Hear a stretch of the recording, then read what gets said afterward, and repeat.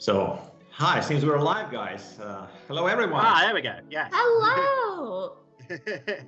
And welcome to the Financial Modeling World Cup, to the Battle of 16. Yes, great. And we are joined here today by the very lovely Kat Norton, our very own Miss Excel.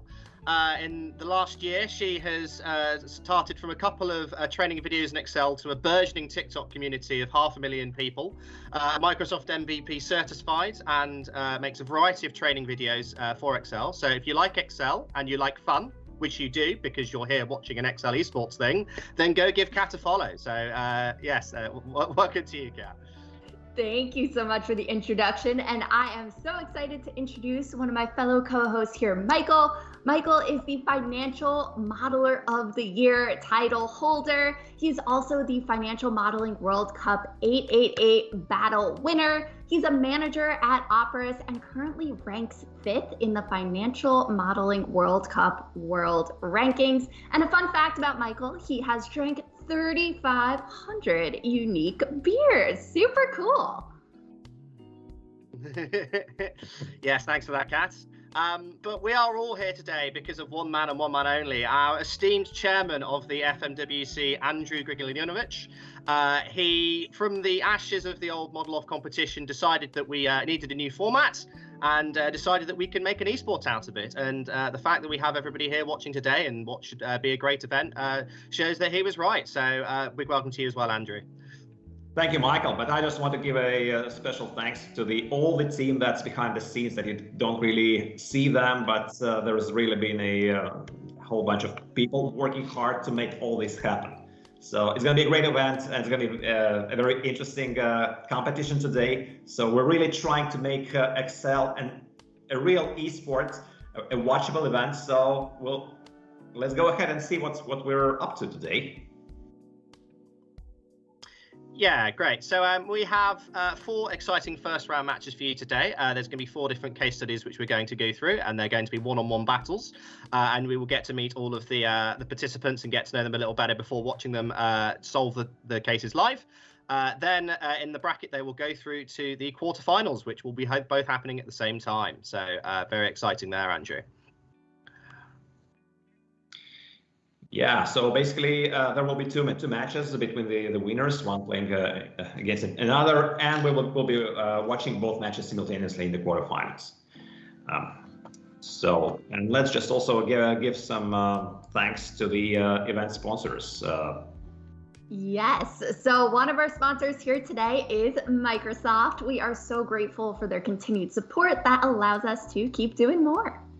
Yeah. And the other sponsor is our own company, AG Capital, that puts in the human power, all the resources, and makes the setup for this event to make it live, make it happen. So let's see what we're up to and what's the big picture after the first session. So earlier on today, we've had a session. By the time you probably were still asleep, but the players from the Asia Pacific region and also some European and African players were playing against each other. And in the bottom half of the brackets, we do have the 2 semi-finalists actually.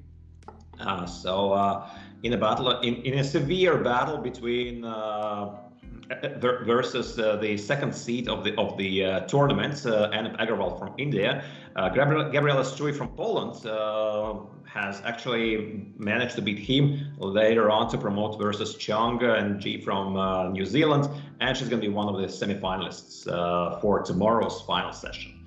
And she will be also accompanied by Willem Gerritsen, the very strong player from Netherlands.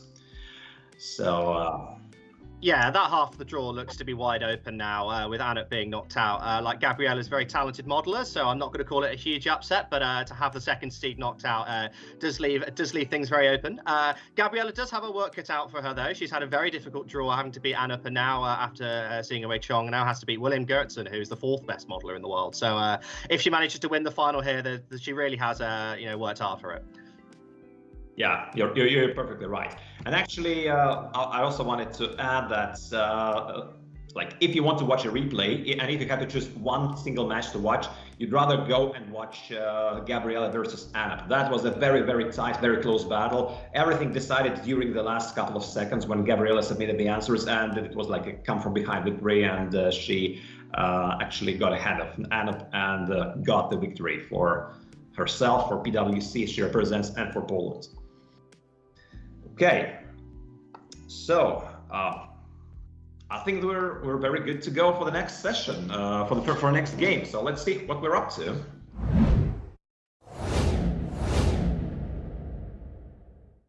So here we have Janis versus Tim. So just to chat a little bit about Janis, we are proud to introduce him as he was ranked in the U25 World Rankings. He is from Latvia and works at PWC, and he has 10 years of experience with Excel. His first interaction with Excel was actually in the 6th grade. He was too lazy to do his math homework by hand, so he used Excel to get the answers. How resourceful. He uses a wireless mouse and a keyboard integrated with his laptop. And a fun fact about Janis, if there was a triathlon that consisted of round net, table football, and creme brulee making, he would be a strong contender for the World Cup champion title.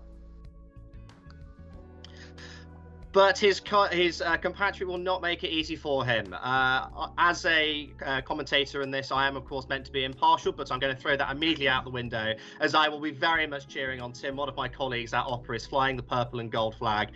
He's been working in Excel full time for 6 years.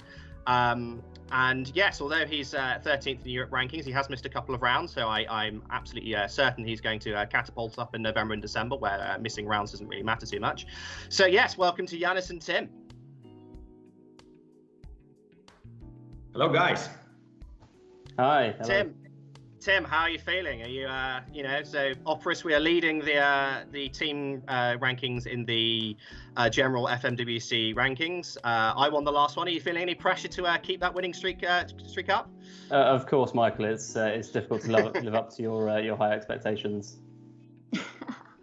Okay. Well, I see that Michael has his own favorites, his company, his colleague, Tim. Well, I'm going to be rooting for my countrymate, for Janis Beikmanis, who is also a representative of Latvia. And amazingly, despite the fact that that's a very small country, it's been only less than 2 million people. We probably haven't met in person, Janis. Could that be? Yeah. Still haven't, so I hope in the future we will. But hey everyone, hey viewers, I hope that today there will be some good matches, and I'm just really happy to use this opportunity to be here and do some modeling. All right. So yeah, I think one thing to mention is I think I'm right in saying Janis is the only of the 16 people in this tournament to be in the under 25 category. So big well done to him. But also, I'm not going to be supporting you, I'm afraid. Okay, I hope, Michael, we should have placed this battle actually somewhere closer to the end, because otherwise, if we start to quarrel in the very beginning, it's not going to end well. Yes. Hopefully, we can keep the emotions in check. Yeah. Okay. So let's then try to see what we're up to. Let me try to go ahead and give our viewers the introduction of the case. So we have played a lot of different games in the first session earlier on today. It was bingo, it was Tetris, but now we're up to playing bowling. Apparently, it's not about playing as such, but about scoring, because according to the instructions of the case, John Smith, an amateur player, has already played 100 games, exactly 100 games.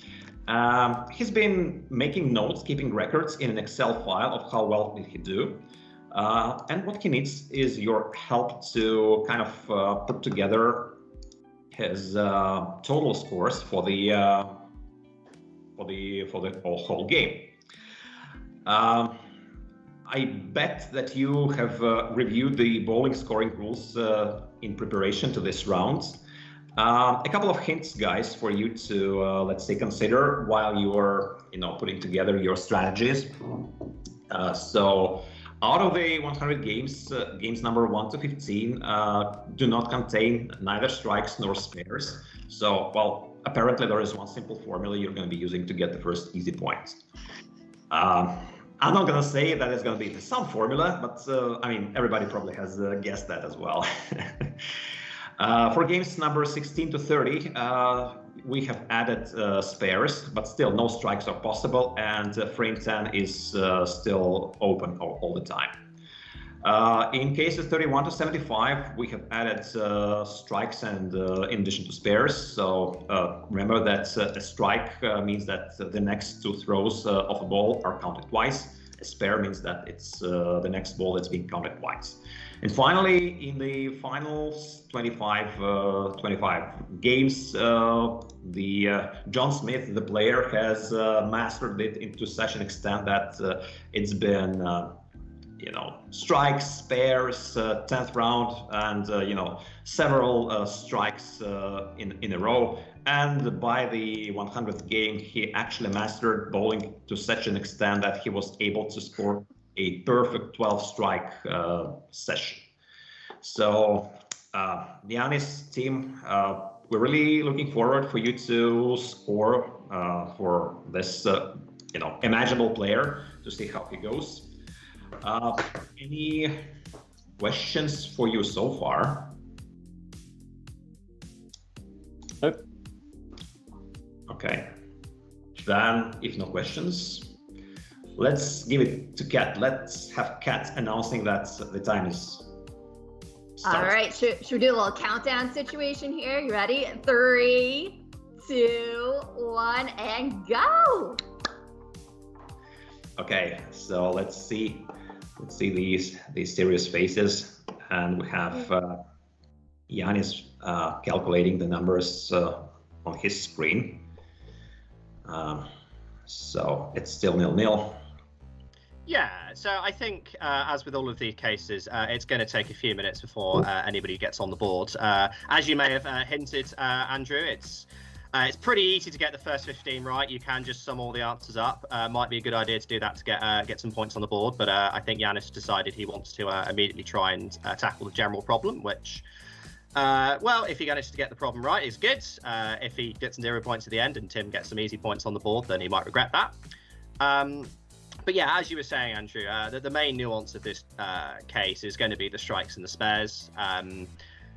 Yeah, the spare sort of, as you were saying, adds your next score, and the strike adds your next 2 scores. And the problem with that is that those may be in the next frame. The next 2 scores might be in the frame and the one after if you get a strike, 2 strikes in a row, and it gets very complicated there. And then the other sort of thing with the last 25, it might look a little innocuous, why just having some things going on the last frame makes things more complicated. But in the last frame, all of that strike and spare stuff we were just talking about doesn't count. So you're going to have to figure out how to sort of back that out. So what's Janis up to here, can we see? He seems to be at the moment just cleaning up the data, which is quite important. Not really sure what exactly he's doing there, but yeah. How would you approach a problem like this? I would have started probably up at the top doing that sum function there, but I think what he's doing is interesting because he's trying to build it into an if statement right now with those dynamic numbers up at the top. But it seems he's got some errors in there, so I'm curious to see what he's going to do about this. Yeah, I mean, it's a problem of tidying the data is probably an important first step. Is there are a lot of numbers for when you just hit a number of pins, but a strike is a slash and a strike is a cross and a spare is a slash. And Excel can't add a cross to a number; you get a value error, which I think is the problem. Janis is here. Tim, I think, is taken your advice, Andrew. He's taken an early lead and taken that low-hanging fruit. Should we have a look at what Tim's up to? Yeah, let's go there. Let's go to Tim's screen. So have a look. He's really scored quite interesting, numbers.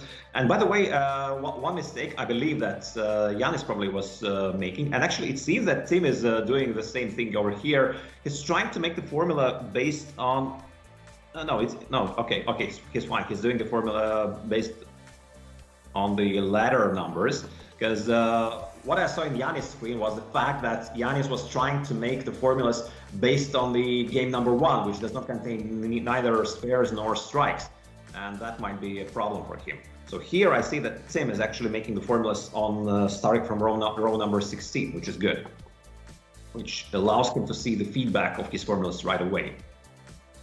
Yeah, exactly. I think another thing that we especially had in the first session, JP Delavin, he solved 98% of the problem but didn't put any of the answers in, for which he gets 0 points, very sadly. So yeah, Tim's doing a good job of making sure he actually gets those answers in quickly. With only 10 minutes to model, it really is going to fly by for them. So making sure that you get credit for everything you've done is quite important.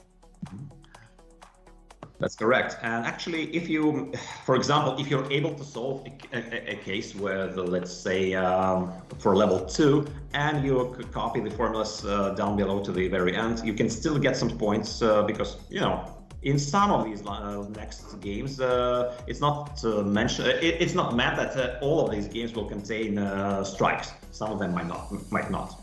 So other extra points there as well. Yeah, absolutely.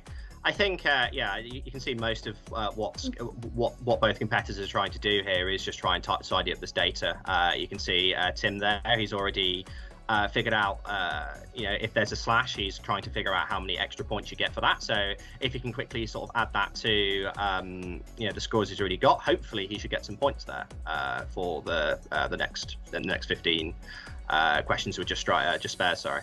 Yeah, for the spares, it's easy now because for the spares, it's typically, especially for questions number 16 to 30, it's just doubling the next number. So basically the formula for him should be like, okay, if it's a slash, then double the next number or double count the next number. And don't forget that the total for the current strike, the current throw plus the previous number should be 10. So I would imagine that it's quite an easy formula to write, and it shouldn't take more than 10 minutes to get at least the first 2 levels of the problem solved.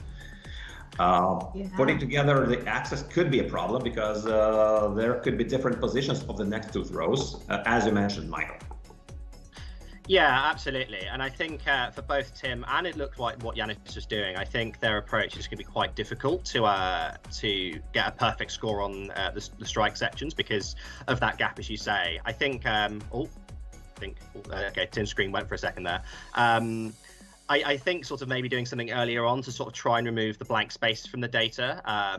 So, for instance, when you've got a strike, the next thing is completely blank. So trying to get rid of that data sooner rather than later may have been a good idea. But it's difficult to balance that with the hints we were giving earlier of maybe get the 150 points on the board. But Janis now has those points on the board as well. Should we have a look at what he's up to?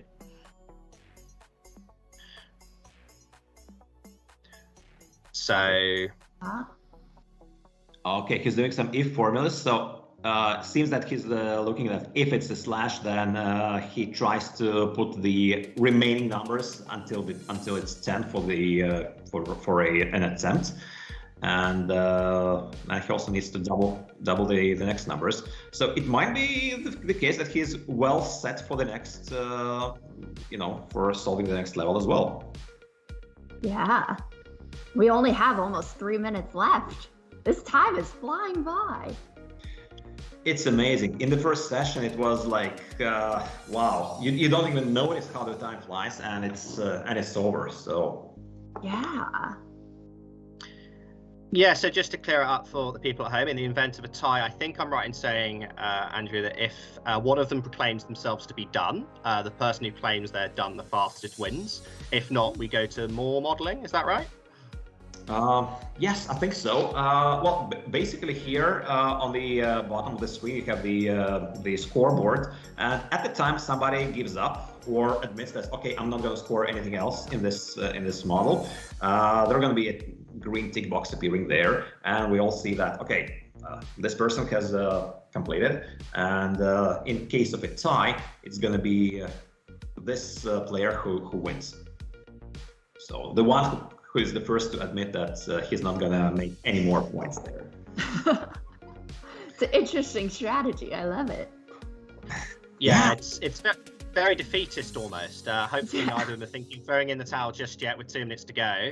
I think they both look like, I mean, they've both been working on the spares for a while, so I would be surprised if neither of them managed to get any more points. I think Janis is just having some problem with a lot of errors there. He needs to sort of tidy up his data a bit more from the adding text problem I was going on about earlier.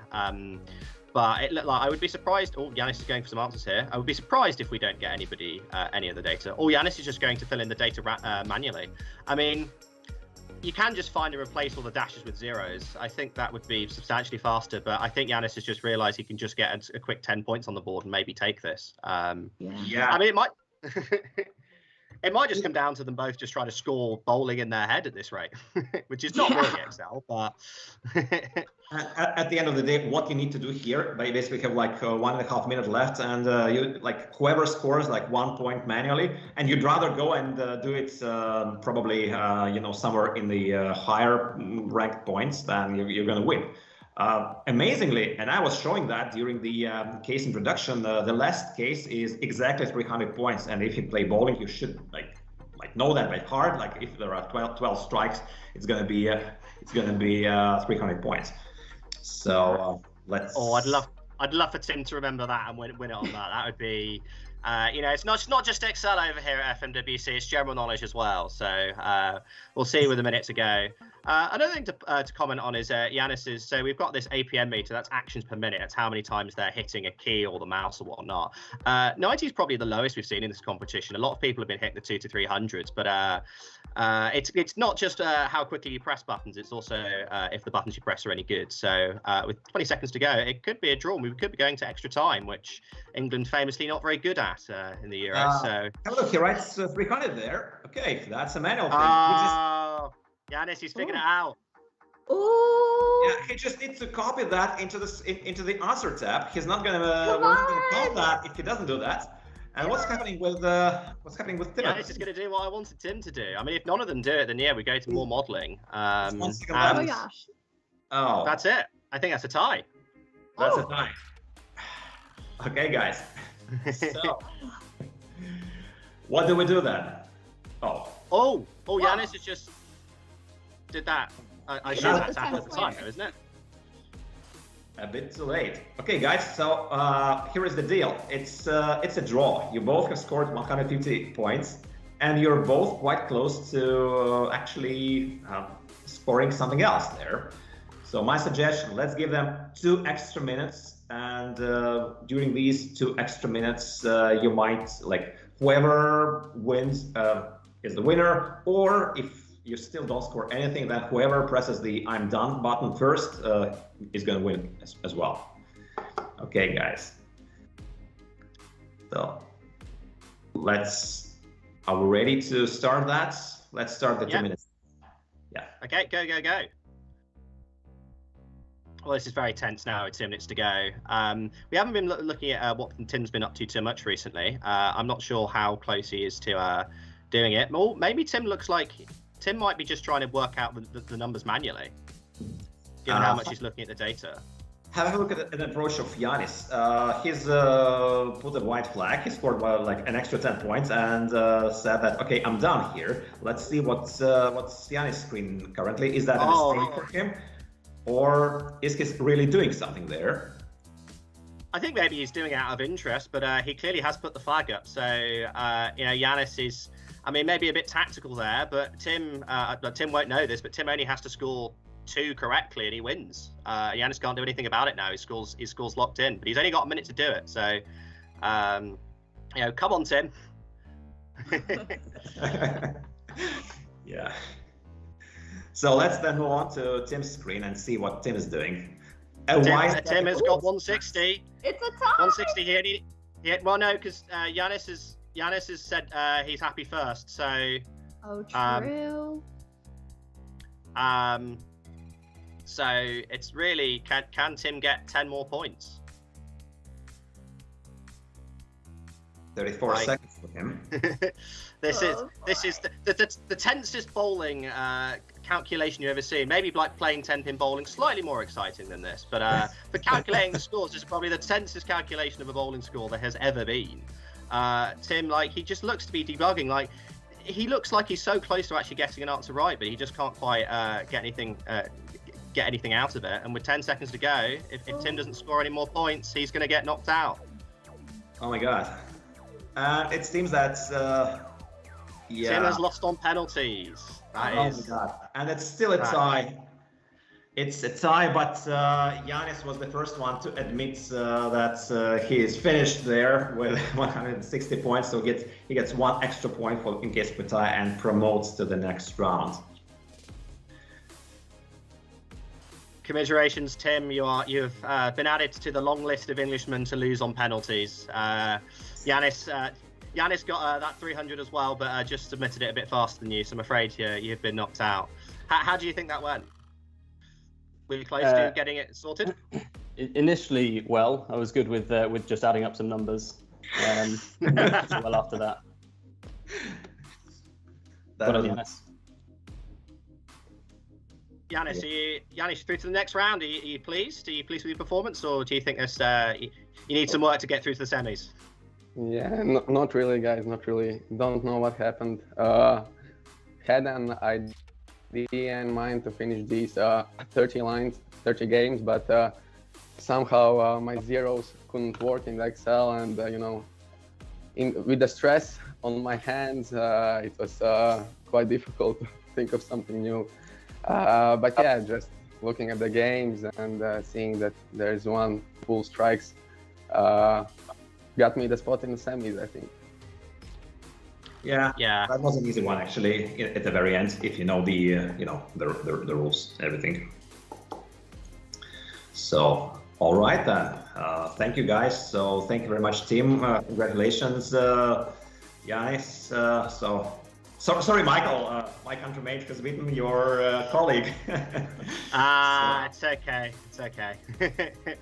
Congratulations, Tim. And Janis, we'll see you in about 45 minutes for the quarterfinals. Woohoo! Okay. Thanks, guys. Okay.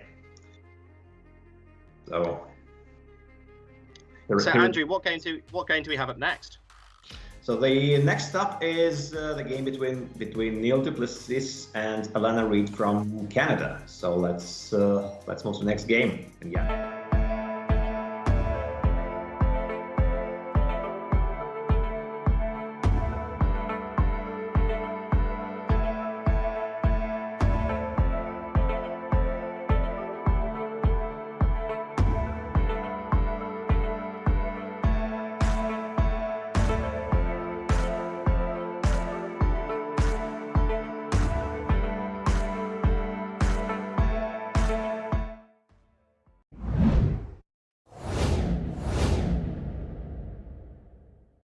We have Niel versus Alana. I'm going to talk a little bit about Niel, our next contender. So Niel was ranked second in the Africa World Rankings. He is from South Africa and also works at PwC. He has over 8 years of experience in using Excel, and the most interesting model he has ever created was analyzing the potential benefits of refinancing various renewable energy products. How cool is that? Niel uses the standard company-issued wireless keyboard and mouse. And a fun fact about Niel, he has spent 3.5 years in external auditing. And then when he moved to the corporate finance environment, he became a financial modeling wizard. Great, but against Niel is Alana, who has 25 years of experience with Excel, so it will not be easy for Niel. Alana is from Canada, which is where I live. I'm not actually Canadian, but I will say fellow country person, just so we can have a bit more bias and a bit more excitement in the chat. She is also a member of the Association of the Advancement of Cost Engineering. I don't know what that is, but it sounds very complicated. So welcome to you both.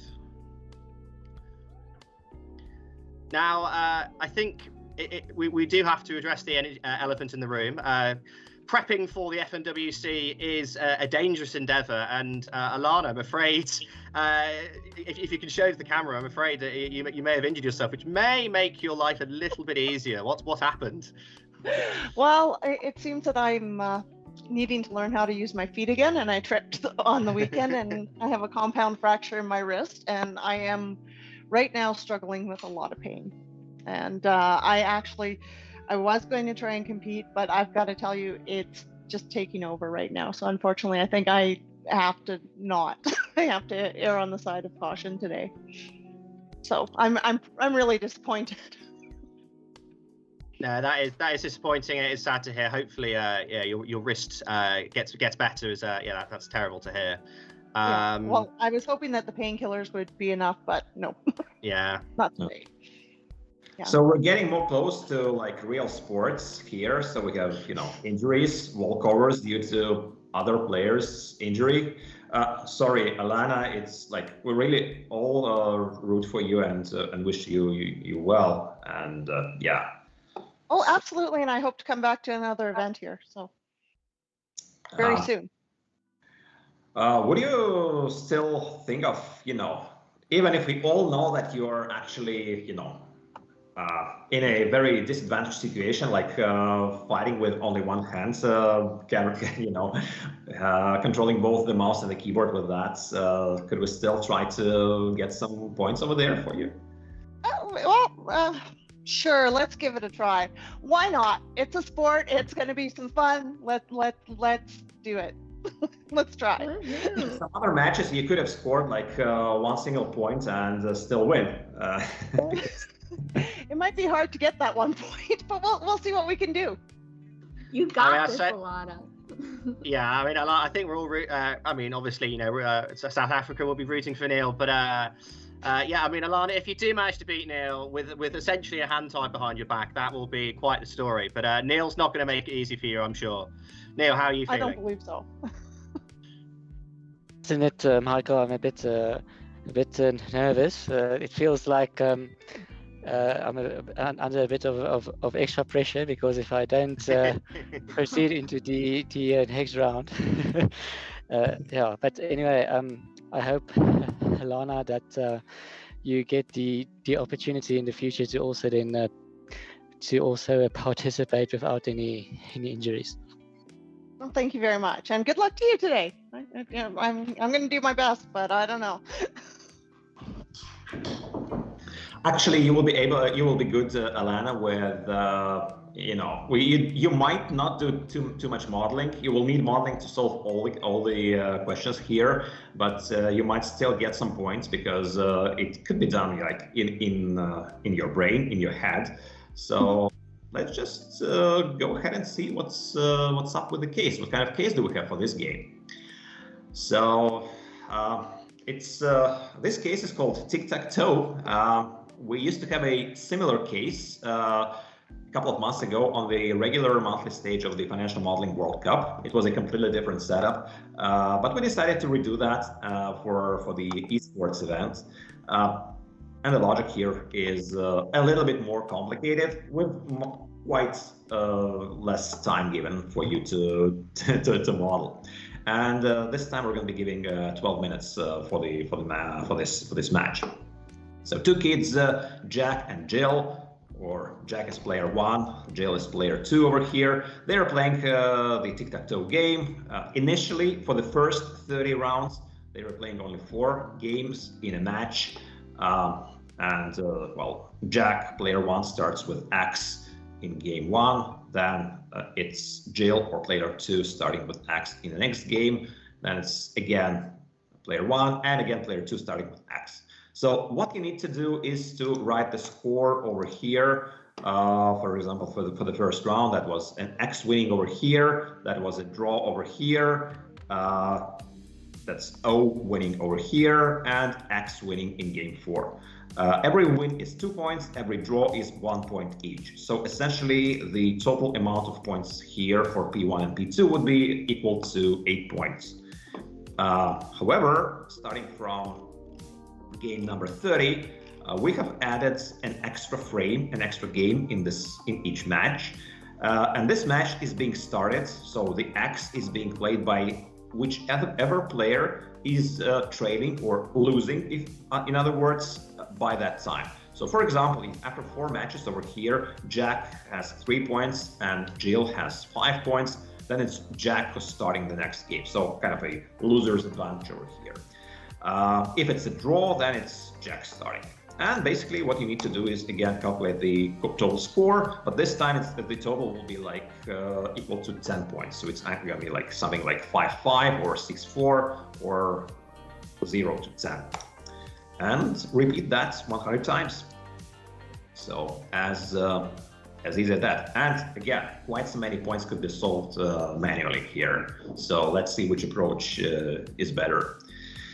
Any questions? Any comments? No, I'm happy to go. Okay, so Kat, let's have the countdown. I really adore the way you're doing the countdown. It's so much energy. All right. So countdown here. We're gonna count backwards. We got 3, 2, 1, and go. Got 12 minutes on the clock. Okay. So I suggest to start with Niel's screen. He might be having. Well, he will definitely have a higher APM today. That's for sure because he has 2. Yes, quite the disadvantage for Alana. So yeah, I think as you said, we had a similar version of this question in the FMWC proper competition. It was substantially harder than this. It took a lot longer than 10 minutes. But essentially, the first thing you need to do is figure out how on earth you're going to identify who has won out of X or no. And that sounds easy because you're going to just look at it. And it's not too difficult, but like the diagonals in tic-tac-toe make things a bit difficult. You can't select things diagonally Excel really. It doesn't really work. So there'll be some nuances there. Andrew, like when you put this together, what sort of approaches were you anticipating? Well, I really anticipate the approach that Niel is currently doing. So have a look over there. He is putting together the numbers of each cell as an indicator. So basically, there are eight different combinations you can win in a tic-tac-toe game. So it's either one of the 3 rows, or one of the 3 columns, or one of the 2 diagonals. What he's going to be doing right now, he's going to be comparing the numbers, like or the signs, whether X in the first cell is equal to X in the second cell, and whether this X is equal to the X in the third cell. And if it's the same, yeah, it's going to be a probably 1 or 0. I would imagine he would be using a flag of 1 to denote the winner here. Or yeah, let's see what he is using here. Okay, or next. Yeah, Kat, any tips and trips you think would help here, or do you think it is just doing this approach that Niel has got? Yeah, I like this method that he's doing. I was feeling an if statement for this for sure. I'm curious to see how this goes down though. He's got the if, the ands, he plotted it all up at the top. Such a creative problem. Kudos to you for creating these. Like, such a cool, different way to use Excel. I've never played tic-tac-toe in Excel before. Yeah, that's a really interesting way to model different questions here. And what's the most difficult here is that you can't really, you have to very, very carefully construct the first let's say game because you're not able to drag and drop the numbers. However, if you're able to do this for one thing, you could be able to copy and paste everything. Yeah. Some technical work over here. Yeah, I think the how you've laid out the data isn't too bad, and I think as we'll see in some of the future questions, you could have been a lot more devious. But yes, it's been quite difficult for her to sort of for Niel and Alana to sort of copy their workings across. Why don't we go and see what Alana's up to? I was wondering whether, given she's only got one arm, she was just going to try and play tic-tac-toe manually and see if that would work. It seems like it works. Yeah. The only thing, Alana, you should probably link that to the scoreboard, to the answer file. Yeah. I kind of recognize that your numbers seem to be correct. So this is now. Let's go. So this is now pretty much woman versus machine. Can somebody manually work out tic-tac-toe faster than somebody can do the question properly? I mean, there is a nuance to these sort of competitions. It's not how quickly can you answer all the questions, it's how many points can you get in 10 minutes. So Yeah, we'll see if Alana can beat through. But I think Alana is probably finished. So let's flick back to Niel and see what he's up to.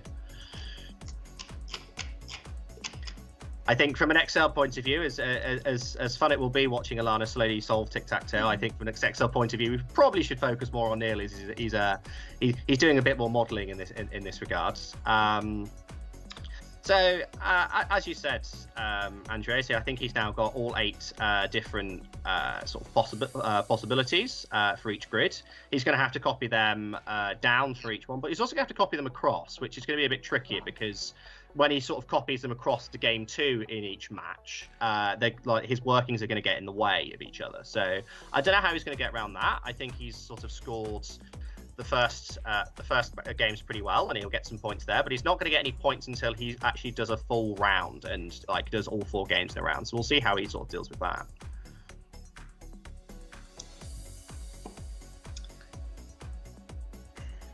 Yeah, basically he will need to do quite some scoring over here to get the right number of. So basically he has scored really all the 4 games to get all the points there, and he will also have to be aware that which player is playing X and which player is playing O, because they go vice versa every time.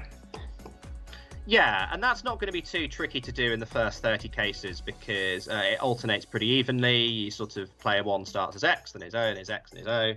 As you move into the later questions and whoever starts is going to be dynamic, that's going to be a bit harder to add together. So although it looks like Niel's making some good progress here in sort of actually answering the question and sort of approaching it programmatically, he's still got quite a bit to do, which with only 5 and nearly just under 6 minutes to go means Alana might get through here. Yeah. At what point do you think, if you're Niel and you probably got a good idea that Alana is going to do that, at what point do you just sort of reckon to do the same? Because you're going to be behind, so you don't really want to start doing it. Do you think Niel should just keep doing what he's doing? I don't know. I mean, I'd say by close to the halfway mark, I would just start going in with those tic-tac-toe numbers. Just unless he feels he's super close to getting something, by the time he gets through these, because I saw before he was trying to drag his formula over and it was referencing, it moved over into one of the blank cells. So that might be something he has to work on with a little absolute referencing, perhaps. Yes, exactly. I think the other sort of challenge he's going to have is actually, although it sounds very innocuous, I've already mentioned it before, that he's going to have to sort of get his scores into the boxes, and doing that manually with 1 or 2 games is pretty easy. But they're annoyingly laid out, and to have some sort of easy format you can sort of copy and paste those into to get those points on mass, which is what Niel's going for. He wants to get a lot of points and just solve it properly. But he is now. Is Niel? I think Niel's just typed in 3. Is this just going to become watching people play tic-tac-toe? I hope it isn't. Honestly, it might. I think he might be just going for it. Did Alana not put any in the actual answer key yet? Because it seems like her score isn't updated. Yeah. Actually, I'm trying to watch it here. It seems that the numbers are correct, but it also seems that somehow they do not match. It's the same numbers over here that in the correct answer tab, but they do not match the format or something, and it seems that that's why they do not go through. So we'll probably might want to make some manual adjustments for her if that's still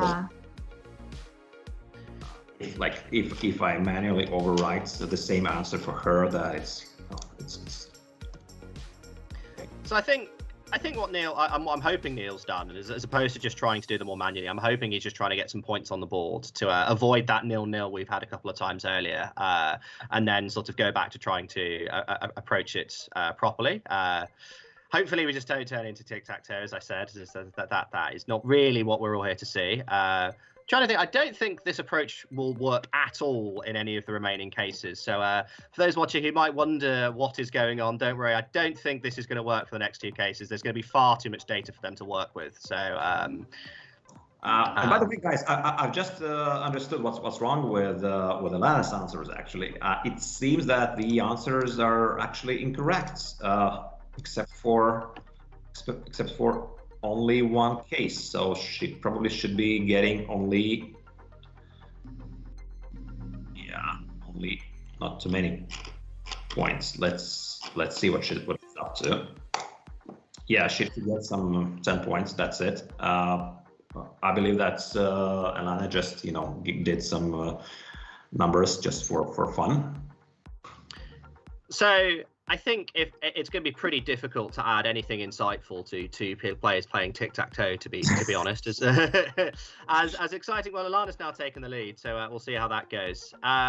Maybe whilst we're those two are sort of racing to do tic-tac-toe numbers, do you want to talk about the FMWC Open, Andrew? It might be a good time to mention the next competition you're running. Yeah, it's going to be a great initiative, actually. What I'm just trying to do is, I'm trying to make sure that everything works here on the answer tab, and it seems that it's working. Yeah, so basically it's just the a little bit incorrect numbers coming from Niel's side. So it might be the case that Alana she's quite comfortable in the lead actually here. But yeah, while we do have some time for both players playing out manually, it's still, the next event, we're going to be hosting a much larger tournament open to any player in November and December. So there will be several sessions similar like today's, with many players playing around and competing against each other. There will be playoff formats starting from the last 128. And the prize fund there is actually $10,000, generously supported by Microsoft. So we really want to make this a huge event and to make it a very interesting battle to take part in. So, yeah. Awesome. Also, it looks like Alana's score has gone back down to 0. Let me see what's happened here. I mean, she might have realised she was about to win, and maybe felt a bit bad about that. Or it might be something to do with the formatting. I'm unsure, but yes, it's not been what a classic for the record books, this one, sadly. Hopefully, whichever gets to the semi-final, we can have. Well, you can't play that one manually, so we're going to have to go through and do that one with a bit more Excel, because I think and we did wonder about this with 12 minutes to go to model tic-tac-toe like this. It is quite difficult, and that is the thing to sort of bear in mind. It is very difficult, especially under sort of the time pressure and the pressure of having like everybody watching. It's not as easy as it looks. So, but it looks like Niel is going to win on virtue of having played more tic-tac-toe. So. Well done to him, I suppose. Yeah. Congratulations, Niel. So the case turned out to be a little bit more difficult than initially expected. So any comments, guys? How did you do?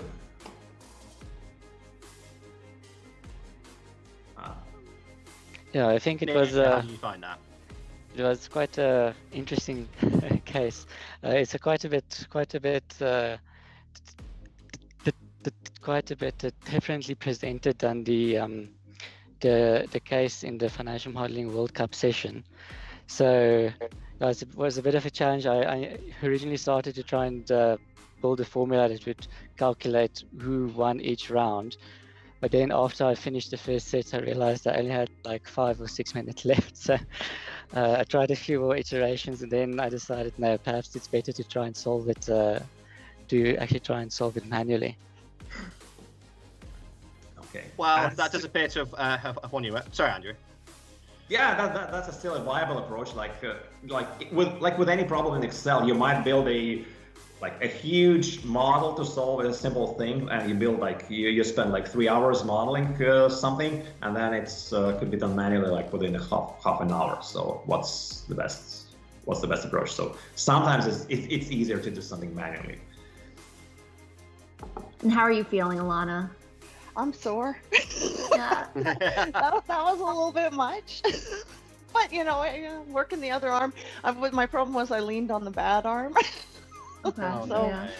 I got into the work, but hey, it was some fun, and definitely looking forward to doing this with at full health.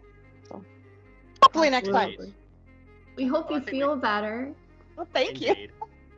Yeah, I think everybody watching will wish you, hope your wrist gets better soon, and yeah, look forward to hopefully seeing you in the Open in a couple months' time, as Andrew was talking about. Yeah, absolutely. Absolutely. So we wish you to recover fast, so we still have time till November, and we welcome Niel to join Janis in the quarterfinals. Congratulations, Niel. Congrats. Appreciate it. Thank you. Thank you. So let's see what's the big picture here. Yeah, so basically Niel is now waiting for a winner of the last match of the round 1 for today between Dim and Victor. And meanwhile, Janis will be waiting for the next player. Yeah.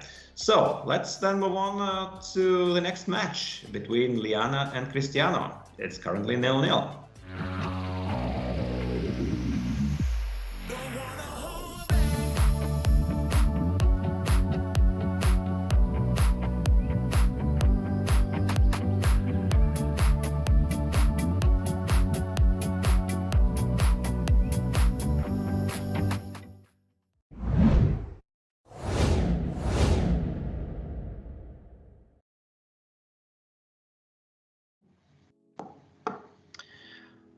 Wonderful. So, yes, in our third battle, our first contestant will be Lianna Gerrish,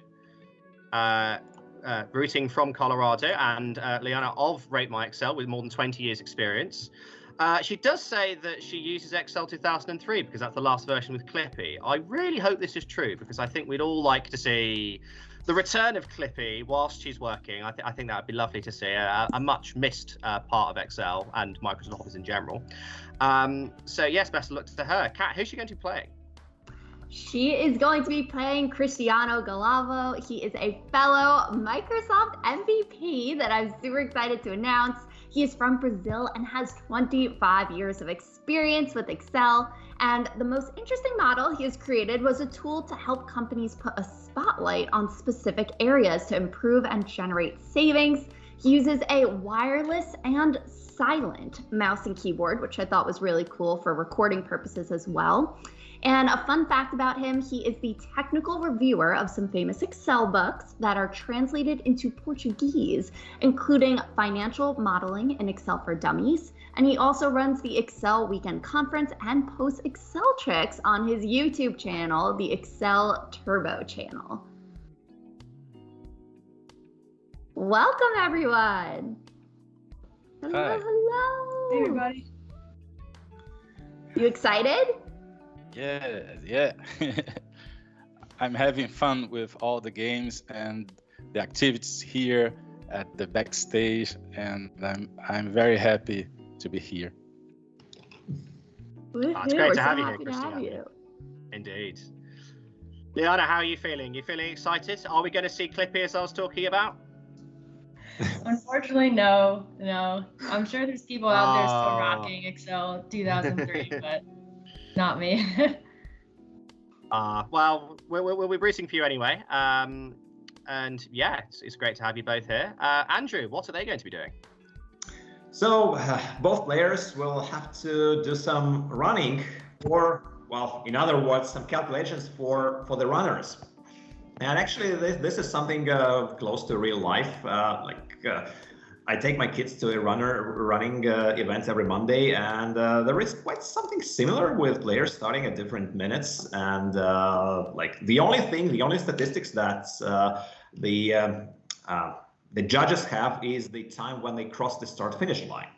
Well, my kids, they do not run 10K, 10,000 meters, but in this interesting case, we have selected a database, or created a database of 100 runners running a 10,000 meter distance. Each distance is 10 laps. And the only statistics you have is the time when they cross the start-finish line. And due to restrictions, they actually are not allowed to start simultaneously, and it's only one player at a time. So, like you see, the runner 284 starts at 6 p.m. The runner 596 starts at 6:01, and so on and so on. And here you see this guy 284 has run one loop one lap, and in 5 minutes and 6 seconds, he made the first kilometer of the distance.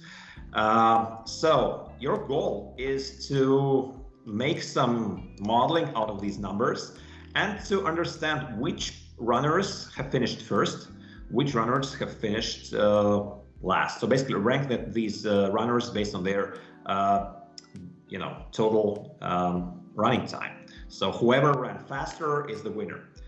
But please keep in mind that some runners have withdrawn from the race. And how do you know that? Well, first of all, they will have very little times. And second, they will not cross the start-finish line 11 times. So if it's a 10K or 10 lap distance, then you cross the start-finish line once at the start and then after every loop. So for whichever player didn't make it to this list 11 times, is automatically being, should be qualified to the end. And here are the rules how they should be ranked. So first it's the number of laps, and then it's the smallest total time to complete these laps if the number of laps is equal. So as easy as that. Another addition, no runners have the same time. Start-finish have the same finish time. So if somebody ran in 40 minutes exactly, there will be no other runner finishing in 40 minutes exactly. So it's going to be someone finishing in 39:59 or 40:01. And finally, you will have a couple of questions to answer, bonus questions. So ranking the runners will give you a total of 800 points, and the bonus questions will give you 40 points each. Any questions?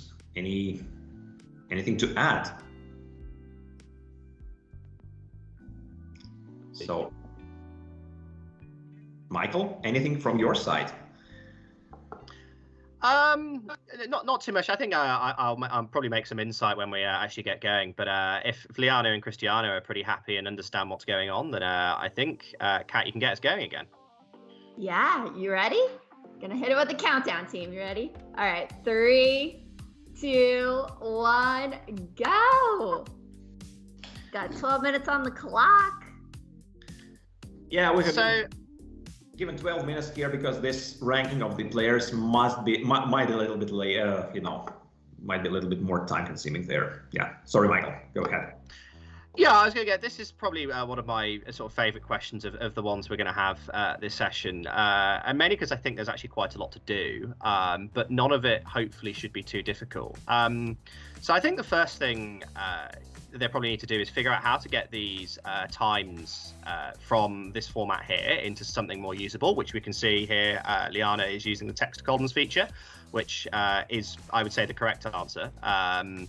I think we saw earlier in the Tetra session, one of my old colleagues, Pete, was using mid and find and sort of using trying to find spaces and commas, and that is a way of doing it, but it's going to take much longer. And you can see already Lyanna has got most of her data into something relatively useful, which is great to see. Yeah, so once they've tidied that data up, they need to sort of get into times. One thing I will say, I didn't actually read the question when I first saw this. I thought that people in Latvia ran incredibly slowly, and it was 18 hours to complete one lap, which I mean, I'm not as good as running as I used to be, but even that is very slow. But no, these are all times, and it's the difference between those times are the lap times, which I'm sure Lyanna and Cristiano realised because they actually read the question, but I didn't when I was looking at this. Kat, how would you sort this data out when they sort of got this sorted out? What would you do next? She just did, whipping out the text, the columns, and then the find and replace. I definitely think that was a faster method than trying to do more of an if statement situation. I would love to see what Cristiano's doing. I feel like these first few moves in the beginning are the fast part. Okay. And it seems like they've both done a very similar thing. They've got the data sorted out, which is good. I think Cristiano is trying to find some sort of nice formatting so we can see it. That's one way of doing it. You can subtract those two times, and then you should get the correct time. I hope. So yeah, that's good to see. They've both sort of conquered that hurdle very quickly, but there is still lots to do because now they need to sort of sort each runner out and find out how quickly each of the runners ran. I think Lianna was actually using a pivot table there, which I will hold my hands up and say I know nothing about. Just by having won this thing before, I have absolutely no idea about pivot tables. Hoping, Kat, you can jump in and save me if we look back at what Lianna's doing, because I've no idea. Yeah, let's see what she's got going on here. Meanwhile, I'm looking at the backend files that they have, and it seems that actually somebody has already answered one of the questions, but incorrectly. Or let me tell it a different way. Lyanna has submitted one of the answers, probably about the number of players who have withdrawn from the race, but he has written that into a wrong cell. Yeah. I think he's noticed that now. Lyanna, you must be hearing ourselves. So yeah, you get 40 points over here. Now it's being corrected. I think that's very clever as well. We've already had quite a few people sort of not getting any points. So yeah, looking at those bonus questions and thinking there might not be a bonus, but actually a very easy question to answer relative to completing that whole ranking, which they hope to finish in the 12 minutes, but they might not. So getting those easy points on the board is a very, very good idea. I wouldn't say that these points are actually that easy. In my opinion, you might get maybe one or two of these bonus questions first, and only then, like all the others could be solved only after you rank these other, players, other runners between themselves. But let's see how the players work. Yeah, absolutely. I think it was just that question in particular is maybe some low-hanging fruit for Lianna, which puts her in the lead, and yeah, that's a great place to be. I think Lianna is now trying to remove all the duplicates from the data, or she's trying to filter the data in some way. How she's then going to transform that data once she's sorted that, I don't know. We can maybe come back to in a bit. Let's see what Cristiano's up to. We moved away from him very quickly. I feel bad.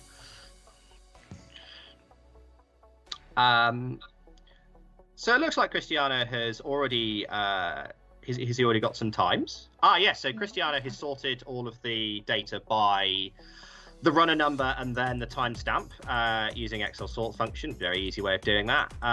And obviously he's going to have a little bit of problems when, as you can see here, in a few cases, or those timestamps are not in the correct order, or when the runner changes. So he's going to have to be very careful when sorting that data to make sure that all throws through correctly and he doesn't end up with a load of nonsense. That's correct. Well, actually, from what I saw in his numbers, it seems that some of the numbers have not been sorting correctly. I don't believe that the same player could be having. Well, okay, the first player could be having these numbers, but some in the previous way he sorted that, it was like one of the laps finished at like 20 hours and like 59 minutes, while he started at 19:04 or something. So yeah, it seems that currently he is on track with correctly sorting the numbers, and what he's trying to do here is to rank the lap times.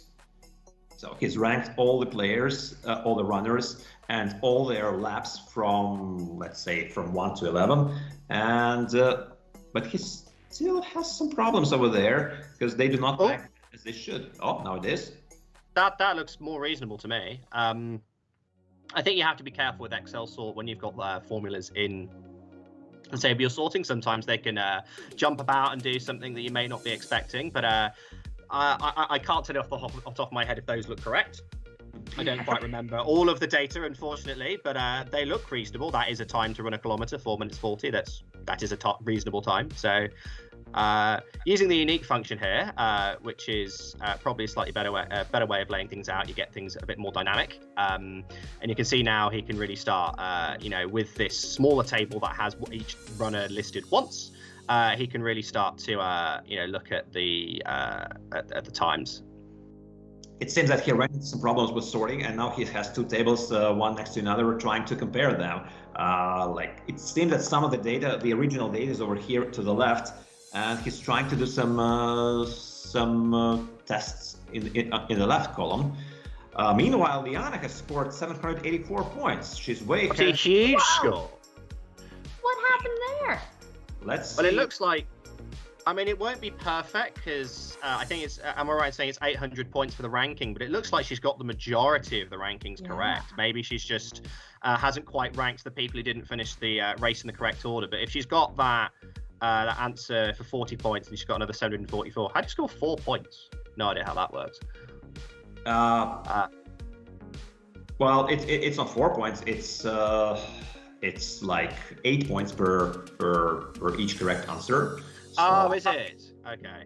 Yeah. So 8 points for every runner ranked correctly, and 744 divides by 8. So on the other hand, what I see here, it's probably that she's missing these 9 runners from that have not finished the race, and maybe they're ranking correctly. Maybe they have moved the rankings to the wrong way. So this is an extra layer of complexity. So basically you get most of the points, and if another player gets those same most of the points correctly, then it could be a tie, and whoever ranks these players who have not finished the race first actually is about to win, and Lyanna has a great advantage for getting this extra points on the board for the bonus question. Yeah, absolutely. I think Lyanna is in the driving seat, but Brazil fans don't have to write Cristiano off just yet. The nature of this question means, as we saw, like Lyanna scored a huge amount of points when we were talking about something else. Like if Cristiano gets that ranking right, he will score a huge number of points very quickly. So with 3 minutes to go, it's still all to play for. But Lyanna is in the driving seat at the moment. Yeah, and she just inputted. Sorry, go ahead. Sorry, from what I see, that's exactly about the ranking of these last players who have withdrawn. So that's exactly where she has the answers incorrect currently. Yeah, so that's going to be trickier to rank because, it's good that she has excluded those from a data set. You don't want someone to finish one lap, pull out, and have them come first, because then all of your answers are wrong. So I think it was very sensible for her to exclude those 9 runners from her data set to make sure that they don't creep in and sort of finish 14th because they didn't finish in a faster time than a lot of the people did finish. But now, of course, to get those extra 72 points, she's going to have to re-include them somehow, and then also rank them correctly. You're gonna have to rank them by number of laps and then the time they did those number of laps in. So that is a little nuance there that might be a bit tricky. She might be better off going after some of the other bonus questions, to be honest. I mean, how many runners did the full distance in 40 minutes? That probably isn't too difficult.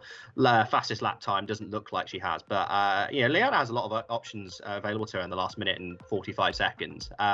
Let's see if Cristiano's gonna swoop in the last second and try and take a lot of points. I mean, it looks like he's getting somewhere. Yeah, he's hitting it with the filter function now. I'm just really worried about these lap 11 numbers he has. There are some errors, clear errors in column H for him, not in this screen, but to the bottom. Seems that he's trying to rank these players somehow. Let's see. Okay, something is there. But it still doesn't look like a correct ranking order for the runners. Yeah, and it's going to be if it does finish this 784 nil, that does not mean that it's been easy for Lyanna or Cristiano hasn't done well. Like as I said earlier, the nature of this question means that if you get 95% of the work done, you don't get any points. If you get 100% of the work done, you get a lot of points, as Lyanna's got, and she's even got some more points there. She might have answered one of the bonus questions as I was talking about. So yeah, Cristiano with all to do with 40 seconds to go, his tournament life on the line. But unfortunately, unless he really managed to sort those couple of errors that Andrew was talking about in the next 30 seconds, it looks like Lyanna might go through here. Yeah. The problem there also is that even if he ranks all these players correctly, he still needs at least one bonus point to answer, and it doesn't feel that he'll be able to do that. Going in for the sort right now. He pasted in those filters as a value. I mean, he could get a lot of points with 5 seconds to go. I don't know how much he's aware of the time. He's got 8 points. The suspense. And he's got 8 points. It's time. It is quite a convincing win for Lyanna, but that doesn't mean. I think Cristiano was so close to having something better there. I think the 8 points was just one error that's crept in and maybe cancelled itself out again. Yes. Cristiano, I think you're having a couple of problems at the end there. What went wrong? Yeah, typing too fast and trying to focus at two things at the same time. It's not something new to me, but okay, I had fun moments here. Cool. It's been great having you, Cristiano. Lyanna, very dominant performance there. You smashed that. Well done. Thank you. Yeah, I think I got lucky because I totally missed that there could be ties. So thankfully, I still got some points out of it. Some points. I think it's the highest score we've had so far, isn't it, Andrew? I mean, you can't compare across cases, but 124 is a very respectable score. That's a very respectable score. Actually, that's the highest score any player has ever scored in this format, actually, so far. And congratulations, Lianna. By the way, how would you rate my Excel with this case? Your Excel? I thought it was really good. I thought it was like the bonus questions made it definitely interesting. You could attack it a bunch of different ways, and I liked it. It was fun. Well, actually, I also noticed that Cristiano was very close to, to getting a bunch of points. So, like the very last seconds, he was copy pasting the numbers into the answer tab, and it seems that there was some little error because he got one answer correctly, but all the others were wrong. But if like it might be the case that like one player goes in front of in the wrong sequence at first, and then he moves everybody else to the wrong positions behind him. So in that respect, this result doesn't really mean anything. So yeah, very tough. Great. Well, we'll see Lyanna back very soon. Should we start our fourth case, Andrew? Oh, let's look at what the thing's looking like first. Yeah, now let's just see the big picture over here. So we have the three quarterfinalists, and we now have the final clash in the first round matches. Out of the first round matches between the first seed, the top favorites of the of our regular season, probably of this event as well, Diarmuid early, and Victor Ogundele from Nigeria. My suggestion, let's see. Why don't we just, instead of giving the cases, why don't we just use rock, paper, scissors to determine the winner there? That could put the cases to more equal rounds. We've tried tic-tac-toe already, Andrew, so why not? Okay, let's go for the next match.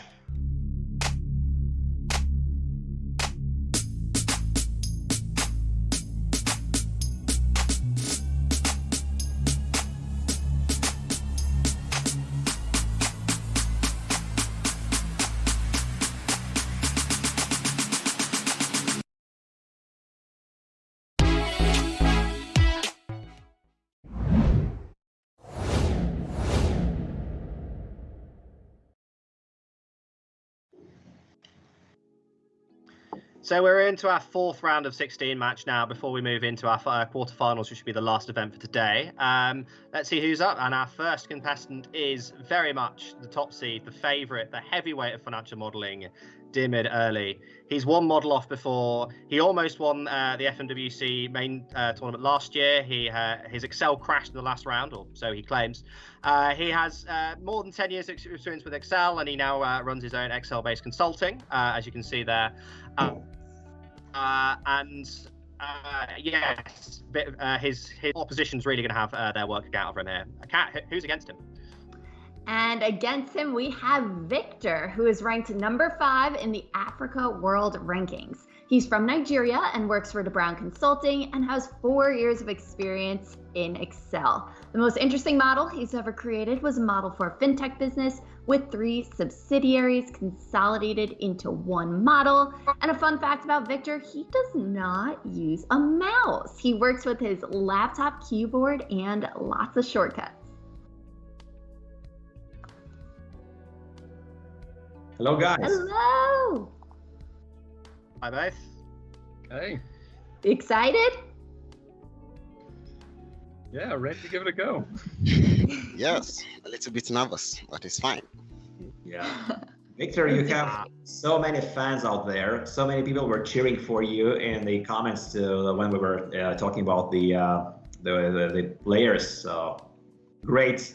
You have a great base of fans. Diarmuid. And yeah, sorry. yes. Yep. No, I was going to say yes. Yes, Victor. I think Diarmuid. He's a great modeler, but I think along with a lot of people at FMWC, I'm a bit bored of Diarmuid beating people all the time. So very much I'm cheering on Victor, but it's nothing personal, Diarmuid, as I'm sure you'll know. I won't hold it against you, but I will still try to win. Thank you. Okay. Andrew, so you mentioned we're playing rock, paper, scissors. I mean, we know how it works, but how exactly is it going to work? Well, there are two options for us. Like, we might just literally ask the players to play rock, paper, scissors and decide who the winner is, but that's probably not going to take them 10 minutes or so. So instead of that, we have created a case about rock, paper, scissors over here, as you might see on my screen. So basically, two kids, Anna and Bruno. And by the way, Anna is that's the real name of my daughter. So yeah, kudos to her. So she and Bruno are playing the rock, paper, scissors, and you have all the three symbols over here given. Remember that in a two-player game, like rock beats scissors, scissors beat paper, and paper beats rock. And here how it unfolds. So basically we have 10 games.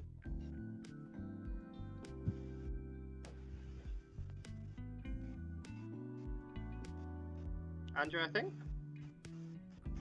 Kat, can we hear? Kat, can you hear Andrew? No, Andrew, Yeah. I think you've gone silent for some reason. Well, yes. Well, whilst Andrew fixes Microsoft Teams, so yes, as Andrew was saying, we have a table of lots of rock paper scissors game here. I think each game is 30 different games of rock paper scissors. You'll all hopefully be familiar with the idea of rock paper scissors. Paper beats rock, rock beats scissors, scissors beats paper. That's quite hard to do under pressure, actually. But you know, I'm impressed. if I can't do it once, they're going to have to do it like several hundred times. So you know, the pressure really is on Diarmuid and on Victor. So that's how it's going to work in the early rounds. There's just going to be two people, Anna and Bruno, playing as Andrew was saying. In later rounds, they're going to invite some friends, Charlie and Daniel, to play as well. And as I'm sure you can imagine, 3-player rock paper scissors isn't really as easy. You could have like a big draw, but like each people, like one says rock, one says paper, one says scissors. You can have one beating the two of them. You can have all sorts of complexity. And then with 4 players, we have questions. It gets even worse. Because you've got a 4th player. But in all of them, there is, I think I'm right in saying, always a winner, which is not the case if there is a winner, it will be one person who's a winner. That's not the case in the final set of questions, where essentially anything can happen. And if there are 2 people who beat 2 other people, they go through to play a final, as it were, for that point. So how they're going to model that, like, I've seen this question days ago now, and I still have no idea how I'm going to model it, so how I would model it. So it's going to be really interesting to see how that works. Andrew, are you back with us? Andrew? Don't think he's back yet. I can see him. Yeah, I see him as well. Okay. So yeah, that's going to be the main elements. Can we get Diarmuid and Victor on, or is that broken as well? Oh, there we go. Hello. Do you have any questions? Suspense. It's getting very dramatic here. Yeah. It's not an event like this without some minor technical difficulties. So I think the team AG Capital are working but very hard and behind the scenes to get all this working. It's although even to get all our faces looking like this takes a lot of effort, and to have all the screen sharing and the action per minute at the side as well takes some time as well. So I think maybe Andrew's computer just decided to implode for a bit. Are you back, Andrew? I'm back. Yeah, I'm back. There we go. Sorry guys, something crashed on my end. I was fast enough back here. Ready to present you the case, if you'd like. Yeah. I've taken people through most of it, but if you have any extra insights for us, Andrew, I was trying to kill some time. Okay. So basically, well, initially these are 2 players. Then they have also Charlie playing the 3rd one, And they also have, I think it was David or Daniel with letter D in later rounds. And finally, in the last 10 games, like over here up until game 30, it's only an outright win or a draw are possible. But over here, you also have some players, managing to promote to the next round. For example, here in game 31, you have 3 rocks versus 1 scissor, and these 3 rocks promote to the next round. And where they have a tie, and only in the 3rd round they kind of understand that it's the player B winning the other 2 guys. And player A's data is only here just not to give you clues about who was the winner. And what you need to provide here is the score. Like every 1 game is 1 point, and just please note how many games each of them has won. That's it about the case. Any questions? Any comments there? So if not, guys, are you ready? All right. You ready for a countdown? Everybody ready to go? All right, 3, 2, 1, let's go. Got 10 minutes on the clock. Great. Check out some screens. Yeah. So we look at Diarmuid first. Kat, like rock, paper, scissors in Excel, where do you start here? It's interesting because I'm curious about these actual symbols that they're using too. It looks like he's starting off with a count if. Just an interesting play here. And adding the numbers at the top, yeah, to make it more dynamic. That's really interesting because that's... Yeah, I think he's just marking what each game is. Yeah. Sorry. Oh, whipping out the sequence function. Would you look at that? I didn't even know that was a function. I just did a video on that one on TikTok. It's a cool one. Oh no, clearly I missed that one. So yeah, clearly I need to learn all the functions. I do need to watch more of your TikToks. Sequence is cool. It allows you to make a grid too. It doesn't have to be just like a vertical number set. You could like create grids outward as well. Oh wow, that's really interesting. Yeah, so these symbols, Andrew, you put this together. Like, yeah. There's not a rock key on my keyboards. Maybe on a Victor or Dim's keyboards, maybe for this they got one, but mine doesn't have a rock key. Where are they from, and how are they going to deal with that? Yeah, that's a nice question. Actually, I've looked for many different ways to look for that. Well, actually, if you look for specific symbols over internet, you might get some Unicodes or Unicode codes where you have to, or you just find a website, copy that from there, and paste it, and it still works in your work. So quite a lot of different symbols are available there. So yeah. Wow, very creative. I love it. Thank you, Kat.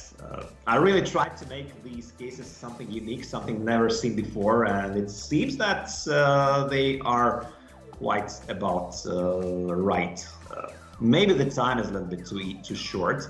I bet that this case is not solvable within 10 minutes for all the numbers, but it should be solvable for, well, at least for the first and second level of complexity, that's for sure. What I would be doing on Dim's in Dim's shoes, I'll probably be replacing these rocks, scissors, and paper with some more, let's say, reasonable symbols like letters or numbers. Absolutely. I think it might make the navigation a little bit easier for himself, not even for us, not even for spectators. But let's see how he goes, because Dim is really one of the best modelers in the world, and let's see how he makes it.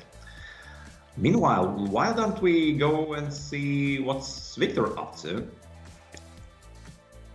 Victor's been listening to you.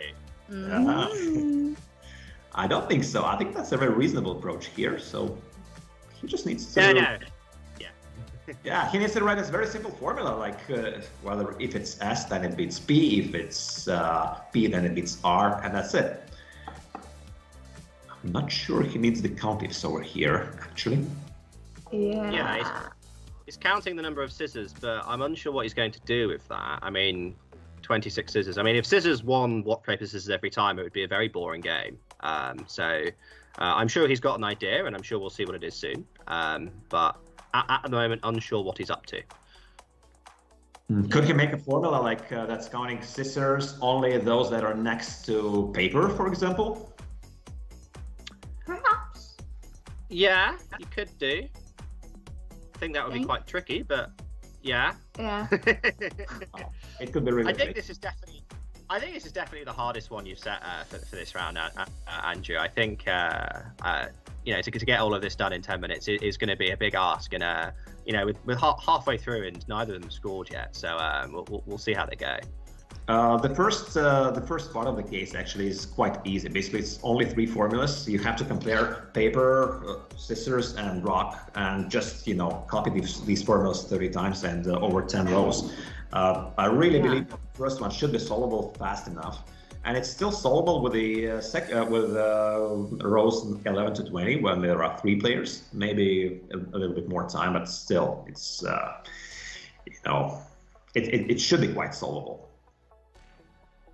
I wonder if anyone's going to go in with the manual approach again this time if the clock starts counting down, because we got no points on there still. It's almost, we got 5 minutes left. I don't think it's a reasonable strategy here, because you will have to score like 30 games manually just to It get. would take a while, yeah. Yeah, it's going to be a long thing. However, if you do that, I would recommend going for the lower part of this thing and manually scoring the more complex cases. Yeah. There's fewer games and there's more points. So yeah, that seems like a no-brainer. Hopefully, I mean, both of them seem pretty committed to solving it programmatically at the moment. So let's hope they carry on with that. And yeah, it's interesting to see you know, these 2 different approaches. I think Diarmuid, he was sorting his data out a bit more into a format he liked a bit more. And if we can hop back to what Diarmuid's up to. Because when we left him, he was just sorting his data out, but I don't know what he's done since then. What is Dim doing here? Oh boy. I think he's doing something right. So the 1s and 0s are actually the number of wins, and it seems that he got some first scores, and he's going to be pasting these scores over here. And it's, let's see. Is Dim going to get on the board? Are these right? Is of course the big question. I think it'll take a few seconds to come through. There we go. Wow. Wow. Yeah, that's exactly what we expect. That's fully correct. So that's exactly what he should score for the first part of the case. And now he's moving for the 3s, which are a little bit more tricky. There will be no promotes, so only a win or a draw. So basically here you have to, in addition to just comparing the numbers between themselves, you also have to understand whether it's a draw. So if it's a draw, it means that there are all the three symbols, both scissors, paper, and rock, or it's all the 3 symbols that are, you know, similar. So it's a little bit of extra modeling, extra formulas need to be written here. Let's see how Dim manages to do that. Yeah, this is very clever from Dim. This is an approach I did think about, but I took like 2 days to think about it. So the fact he's thought about it in 7 minutes while under pressure is very good. I think his basic idea is that if there are 3 unique items, like, so there is a rock, a paper, and a scissors, then it's a draw. If there's 1 unique, it's also a draw because they're all the same. And if there's 2, then he needs to think a bit harder about them. But he's going to identify the draws very quickly by that. That's very clever. Mm-hmm. By the way, it looks to me that he's actually standing. Have a look at his camera. I wondered about that. Yeah. He's on his... he's got a standing desk, perhaps. Yeah. Ergonomical. I heard they're good for you. Yeah. I wonder whether he has been standing for all the previous minutes. My legs would be tired. We've been on here for a while. Yeah, I know. Yeah, that's probably the best way to make meetings more productive, like when you're all standing over there. Yeah. Yeah. Should we see if Victor is close to getting those 100 points that he needs to sort of force this to extra time? what is Victor up to here? So I think he's now realised that it's not just as simple as counting things. He needs to, compare scissors to paper, rock to scissors, etc. What he's going to do with that after that remains to be seen. But he's only got a minute to go, so the pressure really is on for him here. Yeah, it seems like he has a nested if statement going to convert the different letters into numbers, which is an interesting approach.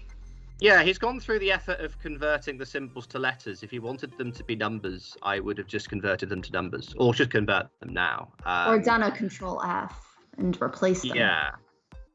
And of course, the problem with this as an exercise is that rock paper scissors, it doesn't work as normal numbers do. Rock beats scissors and scissors beats paper, but that doesn't mean that one is higher than the other. There's no higher number to have, so it's gonna be tricky here.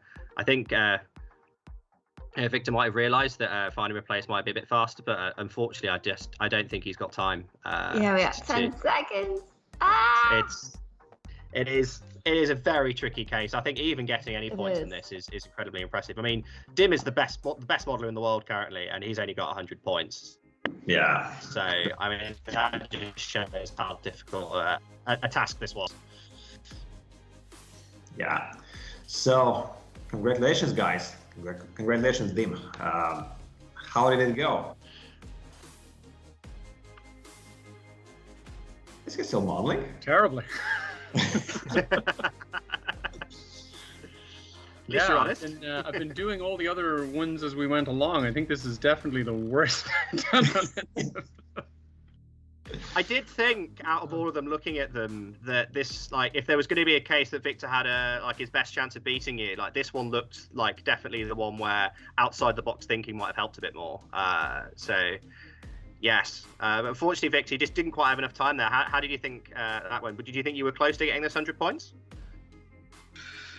I'm really not sure, right? Aside the fact that I had the tension, that being said aside, this kind of look a little bit complex because I think the thinking aspect of it even consume more time. Yeah, so I feel that's because you need to, before you translate it, to understand and that kind of make it, so the thinking processes kind of consume the time. But it's a good experience, right? Yeah. So, Dim, a question from my side. Do you think, what could be the ideal time for this case to be solved in full? What do you think? I don't know. As you probably saw, I was starting to set up to solve the case in full, and then 3 minutes in, when that still wasn't ready, I was like, this isn't working, I have to stop. I don't know. I don't think it would have been a huge amount more. I don't know. I think if I had 15 minutes, I would probably have stuck with it. I mean, I don't know. That might have just meant I ended up on 0 because I thought I could do more than I thought I could do that in 10 minutes, and that turned out not at all to be the case. So I don't know. Hard to say. Okay, that's interesting. Well, I imagine that, I'll tell you honestly, I was solving the last one, triple checking the last one with the promotes and with draws possible manually. So don't worry, it could be quite long, quite a tricky thing to model with all these logical things for the last 10 rounds, of course. So, congratulations, Dim, and thank you, Victor. And let's see what we're up to. So we have all the quarterfinalists currently. Michael, what do you think? Who has the best chances to promote to the semis? Oh, that's a good question. I think the real interesting game is going to be Janis versus Lyanna. They both are very good modelers and both had a pretty good round one. Lyanna absolutely smashing it as well. So I think that's going to be the one to watch. Diarmuid versus Niel. I mean, Niel's game, was a bit more tic-tac-toe than modeling, which he's not going to be able to do here. So hopefully he's been keeping himself warmed up to have the challenge of going against Diarmuid now. Okay. So I think we're good to go to the next round and see you in the quarterfinals.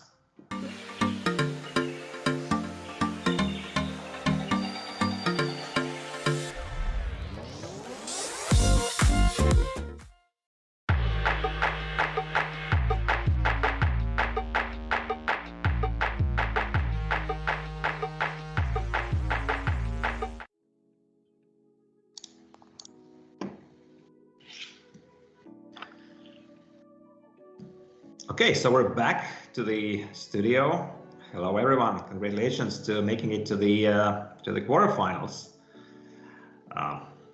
Michael, Kat, what do you think? What would you expect for the next round? I'm excited. I think it's going to be a challenge, but we've got a great squad over here. I really don't know who's going to win this one. Yeah, I think this one could be close. Yeah. Yes. Yeah, I think they're all in the zone now. Yeah. I don't know if they've just been shared what the case study is going to be, but yes. Obviously, all have had different amount of times to rest. Janis has a bit more time to calm down after his penalty win for the bowling, whereas Dim's just been battling against rock paper scissors. He's now going to have to go again. So we'll see if that makes any difference as well. Yeah, let's compare how Dim, who is who has just competed in another case, goes against well, he's not been going directly against Janis because the format here is that it's still playoff. Both games are the same, using the same case, but actually it's the player versus player. So it's Janis playing versus Niel, and it's Dim playing versus Lianna, as I understand. So. Yeah, and I think, guys, anything you'd like to mention or comment about what are your expectations from the quarterfinals?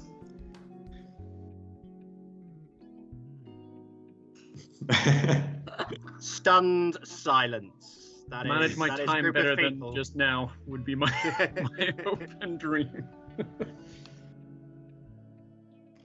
Okay, I think they have just received the case and actually, planning ahead, trying to think of some shortcuts there, because anyway, it's going to be 20 minutes now. It's a bit longer case. So, okay, let's move on and give the introduction of this quarterfinal case. We used to have the European version of bingo in the first session earlier today, and in this session, it's going to be American-style bingo. I've done quite some research actually on bingo games, so now I know that you have bingo cards in the US, and there are bingo tickets in Europe. In Europe, we do have like 90 balls, and in the US, you have only 75. And the rules of the game are actually very, very different. So here is very simple approach. So basically, you have two players, two cards for each of them to be used over a total of 50 different games. So, and here is the sequence of the balls being thrown out of the bowling machine, if you'd like. And you have to close, in each of these cases, you have to close these patterns.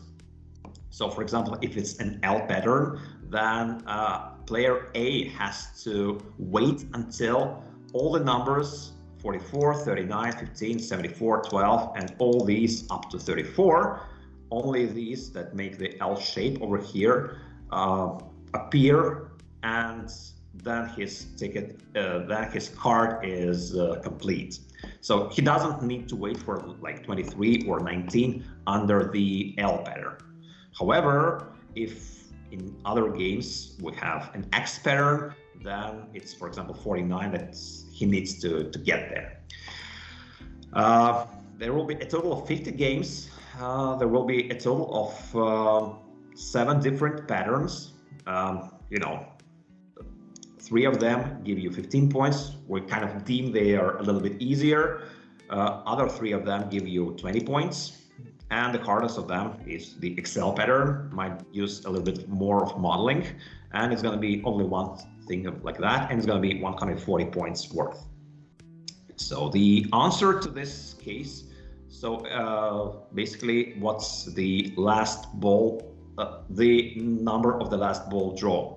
So not the like how many balls you need to get to score a card, but what was the number. And basically you can kind of check yourself that this last ball should be either on player 1's card or on player 2 card. So that's it. So for example, if we don't have a 3 in any of these cards, so basically like in no cases number 3 will be available as a correct answer.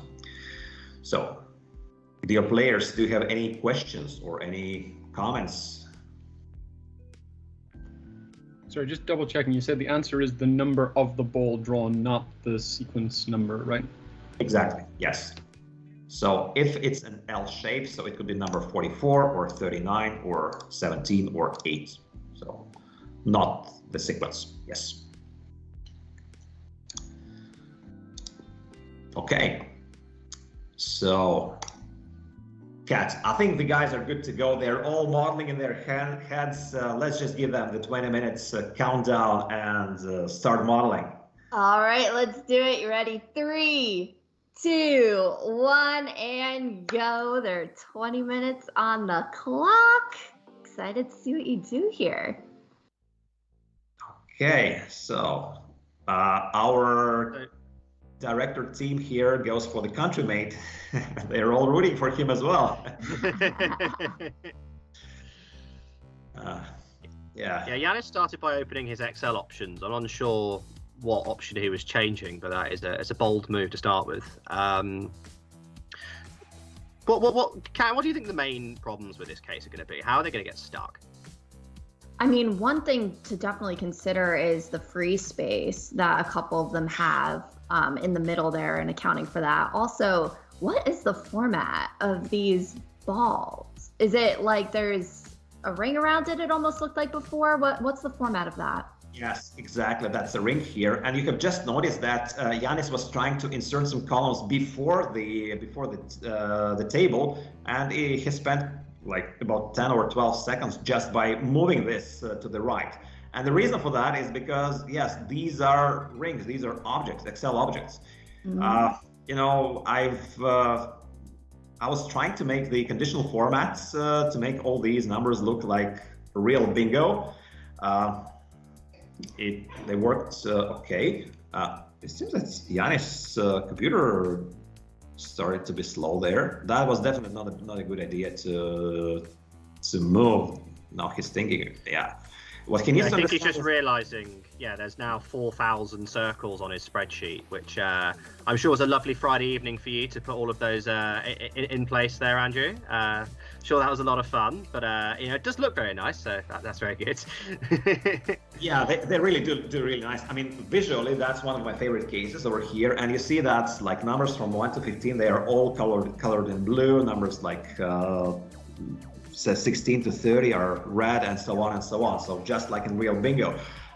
It took me, well, I'll tell you a trick. Actually, I was putting these numbers, copy pasting for like the first 10 rows. Then I understood that, okay, it's gonna be too much time. And I just copied all the 10 rows. So basically, there is a trick that if you compare rows 1 and 11, all these colors are actually the same. So you'd have got away with that, Andrew, if you hadn't told us. I thought you'd have spent ages doing that, but it's very good of you being honest. Let's move to somebody else. I think that I think that other players might be doing something else there. Lianna. So Lyanna seems to have got some data out into some sort of usable form using Xmatch, which is good. I think one key obstacle they're going to find here is Andrew's been very evil, and he's made all of these numbers merge cells, which if you're watching and you think that's not a problem, that is a problem, don't merge cells. Like trying to get around that, and because essentially every number is going to be in every other column. So getting around that's going to be really annoying, and also you can't click on anything because of all these circles, which I think Lyanna's trying to battle with now. Yeah, that's something that also tests the skills of the players to kind of understand what's in there. I believe that Janis might not have a lot of experience with working with objects in Excel files. I just don't imagine that he had that bad type of files being sent by his clients. So, yeah, but I think Lianna is on track. That looks quite similar to what I would be doing. So she's looking for X match. So she brings in the sequence number of the cell which contains one or another number. So in line 37, she has the numbers that form this pattern. So all these numbers in row on top of this little table on the blue, they actually belong to the L pattern on the first player's ticket. And she just needs to find what's the largest number over these 9 in the sequence, and that's going to be the final ball for player 1. She just needs to remember that she also needs the other player to be scored. Yeah, absolutely. It's the first people to shout, first of the 2 people to shout bingo. So it's going to be the minimum of those 2 scores, just to make this even harder than it already was. But I would say that actually, from the modeling point of view, that's not a very difficult case. It's fun, it's nice in terms of visual things, but it's not too difficult. I would imagine, let's go to see Diarmuid's setup. I would imagine he has done quite some progress so far. I'm surprised he hasn't finished. Oh, there we go. So I think, yeah, Dim is working. You had a little flash there before he moved back over here. Dim is working in the 5x5 grid, and I think that's going to help him because that's going to mean that when he comes to change what shape he's looking for, as opposed to doing what Lyanna would have to do, which is go and find all of the new numbers she's looking for to make like the X or the railroad or the XL symbol, he can just sort of like hopefully more dynamically change what he needs to do there. I think that's what he's doing. I don't know. It seems so. It looks like Dim is going for a universal solution over here. He has the last ball, number 19. Let me just double check in the answer tab because I don't really remember all of them, but let's see. Well, actually, it's the correct answer is 70 for the first one. So he still might need to get back to his modeling. Maybe that's the. But let's see how he goes. Okay, is there any, because I can't really think of anything, and like you can see everybody so far, they're dealing with numbers that are like 133, and they're going to have to like try and figure out what column that corresponds to. Is there any easy way that you can sort of use to tidy this data up and get it into like one nice grid? Honestly, I'm not entirely sure. I see what they're doing with the X match, and she had an X lookup going for a second. What are your thoughts? Yeah, I'm not really sure either. I was hoping there'd be another sequence moment, and yeah, I could learn something. But it might just be that it's just difficult to work with, and they're going to have to do the sort of the slightly more manual way that they're looking into. But you can see here, like Diarmuid, like those workings are in an L shape, which looks encouraging. He's going for an L shape. Oh yeah. Yeah. Actually, you don't really have to do it. You don't really have to spend the time to convert this this setup to a regular, normal, like not merged cell thing. It's perfectly solvable even with these merged cells. So, in my opinion, it's just it will probably be a little bit of a waste of time. But meanwhile, let's just see what Niel is doing. We haven't seen him in action, so yeah, they're still he's still going. He looks to be going with. Oh, what's this? So he's trying to tidy the data up, which will take more time to start off with, but that does mean that he might be able to take the lead later on in the competition. And given they've got 20 minutes for this, it might not be a bad idea to make his life a little easier earlier on. Also worth pointing out, Lyanna's now on the scoreboard, which is good to see. What happened there? Okay, let's. I don't know. Can we have a look at Lianna, see how she's getting on? I'm not sure what's happened to Niel's thing there. There you go. Looked like bingo to me. I mean, you said that first 170. I mean, hopefully she wasn't listening. It looks like she's like solved that. The first one is correct. The first is correct. And where did the second one go? That is an excellent question, Andrew. I was hoping you'd know the answer to that.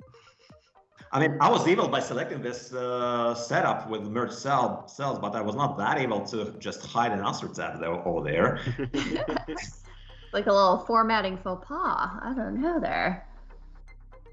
Maybe she just didn't like the second game. Maybe just like couldn't get it to work. Decided, nah, don't need it. Don't need those points. Let's go on to the next question. And that is a good idea. Like, A question like this, in sort of some of the more traditional FMWC cases you have when you're building some sort of more financy model, a lot of the questions you have to get right before you can move on. This one you can, if you can't get the L shape working for whatever reason, just move on to the next. Like the answer to one question is not going to affect the answer to the other one, provided your approach is any good. But it looks like Lianna might be close to getting a lot of points on the board here, which is very exciting. Yeah.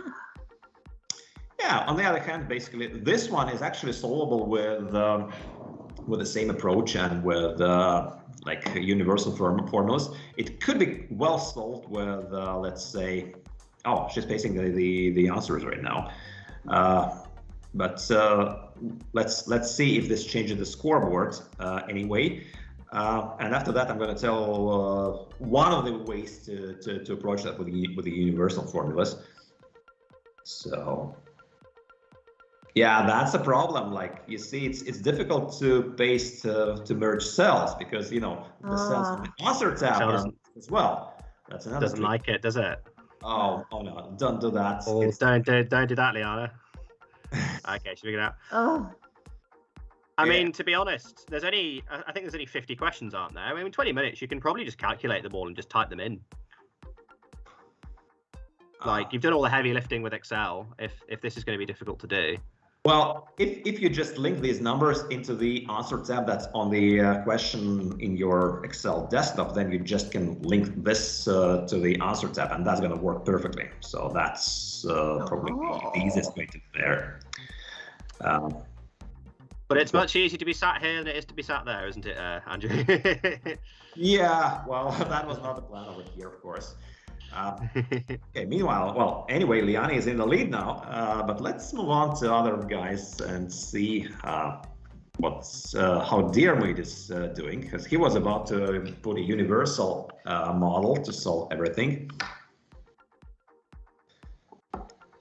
Yeah, it looks like I'm expecting Diarmuid to go from 0 points to however many is it, 1,000 in one go. I think that's what he likes to do, sort of approach the general case, get those maximum points. If you're confident you can get those maximum points, like it's definitely the best way of doing it, because you don't have to hack it one way and then adjust your approach when you move on to the next part of the question. So if you can get them right, I expect him to score a lot of points very quickly. Exactly my thoughts here. Yeah. And he still has 8 minutes. I believe that he has done all the setup for every different model in the all the patterns in the for different ways of scoring, and he's gonna write a universal solution over there.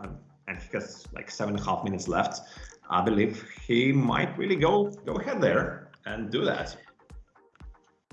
Can Niel stop him? What's Niel up to? Because at this point, if Dim's going for a general solution, Niel has to think of a general solution as well and do it faster. I mean, it's difficult to see what he's actually doing. I think maybe his internet's a bit slow, so it's difficult to see to see what he's up to. But I think he probably, he's realised he's against him. He's not going to be able to sort of get through with half marks. So it looks like he's trying some sort of general solution as well. But it's difficult to see from here what exactly that is, unfortunately. So I can't give much insight. By the way, I just saw that Diarmuid has the first 15 points scored, and then it gets back to 0. So he's trying different solutions. One of them probably was right, and let's see. I believe he might be scoring heavy soon enough. Well, let's see what Janis about. So how does Janis perform? Ooh. Very zoomed out, I think, is the answer. Oh, there we go. Oh my God. Diarmuid has 1. There we go. I mean, 1,000 points. What? I did say that would happen. That is what Diarmuid does. That's why Diarmuid is currently top of the world. I mean, Niel's got another 6 minutes to try and save some face, but that one is already over, unfortunately, for Niel. Let's switch to Dim's screen. Let's see what's over there. He's so impressive. Yeah. So okay. Wow, that was done in like 14 minutes, even less. Congratulations, Diarmuid. That's an impressive thing. Crushed it. That is incredible. No, I thought he'd finish. I didn't think he'd finish with 6 minutes to spare. That is quite the modelling right there, and he looks very happy with himself as well, as he should be. Yeah, as I mentioned, if you work on a stand desk, it really makes you more productive. He just wants to go and sit down. Okay, we do have the other match going on. I also imagine that Niel probably still not aware that Dim has won it a big way. Let's still move on to Lyanna and Janis. So we will get back to Dim. We'll probably ask for his solution as well. So meanwhile, Lyanna has already scored 15 points, and she's trying to replicate her formulas that are actually successful for the first case. I believe that these formulas should be correct for the next numbers as well. She just needs to find the way to put these numbers correctly in here. Yeah, it's looking very close. Like, who do we think's going to win, Kat? Like, out of this battle, it's looking very close. Who are you backing? I'm feeling Lianna on this one. I think she's got it. Yeah, I tend to agree. Niel's also on the board, which is good to see. Even though he's out, it's still good to see that he's trying to power through. Hopefully he gets some more points on the board to show that he's just been quite unlucky in the draw. It isn't the two best scores. It is the 2 one-on-one battles. So Niel is definitely out, but one of Janis and Lyanna is still very much up for grabs. They're placed in those coveted semi-finals. Yeah, amazingly, some of these answers are correct. I just believe that they are in the wrong places, so it might be the case. But let's see how it unfolds, because Janis probably. It would be very sad if Lyanna got all the right answers but just couldn't get them in. It would be like JP earlier. It's I say at some point just type them in. She's got 3.5 minutes, and I think her approach isn't that difficult to adapt to the railroad questions, and I reckon getting through those first couple of cases might get her the win, or will it? Okay, so yeah, it seems that that Lyanna currently, she has written a lot of match formulas over there. She's correctly received the numbers from the position of each ball. She just needs to make it clear what's the correct way to to score against each other. So probably it might be the reason there. One of the reasons for being wrong, maybe it could be the case that it's not the first card that wins, but the second card. Maybe she's mixing main and max formulas somewhere over there. That could also be the case. Meanwhile, I see that Niel is actually 45 points up, so three solutions are correct there for him. It'll be very unfortunate for Niel if he gets the second best score but gets knocked out anyway. But that is how the cookie crumbles. Unfortunately, it's a difficult draw being near Dim, but you're gonna have to hit him at some point if he keeps winning. So. Yeah, and it seems that he's copying the formulas. He's getting some numbers. Oh, I see that. Here Lyanna goes. Here she goes. Ooh. Okay. So let's see here. We have seen Lyanna, but let's keep with Niel, because he's still doing quite some modeling over here. He's trying to put together the winner of each game. It seems that he's evaluating every single ball, and he's trying to write a formula that kind of says whether this ball belongs to player 1 or player 2. And as soon as he calculates all the P1s and P2s, it's a total of 9 P1s and P2s in the field, then it means that this is the winning ball, and he gets the number from there. So I imagine that's what he's trying to do. And have a look at his APM. He's currently 106. His highest APM is 160. Recently, he's been in between about 75, maybe 80. Okay. I think this approach looks good from Niel. I think it's one of the things where I think probably if he was given another 5 or 10 minutes, he'd probably end up with a perfect score as well. This looks like a very sensible way of tackling it. So it's going well. With a minute to go, should we have a look at Janis to see if he's got any chance of, making a late comeback against Lianna? The answer is probably not. Ooh. Oh, that's. And I know the reason for that.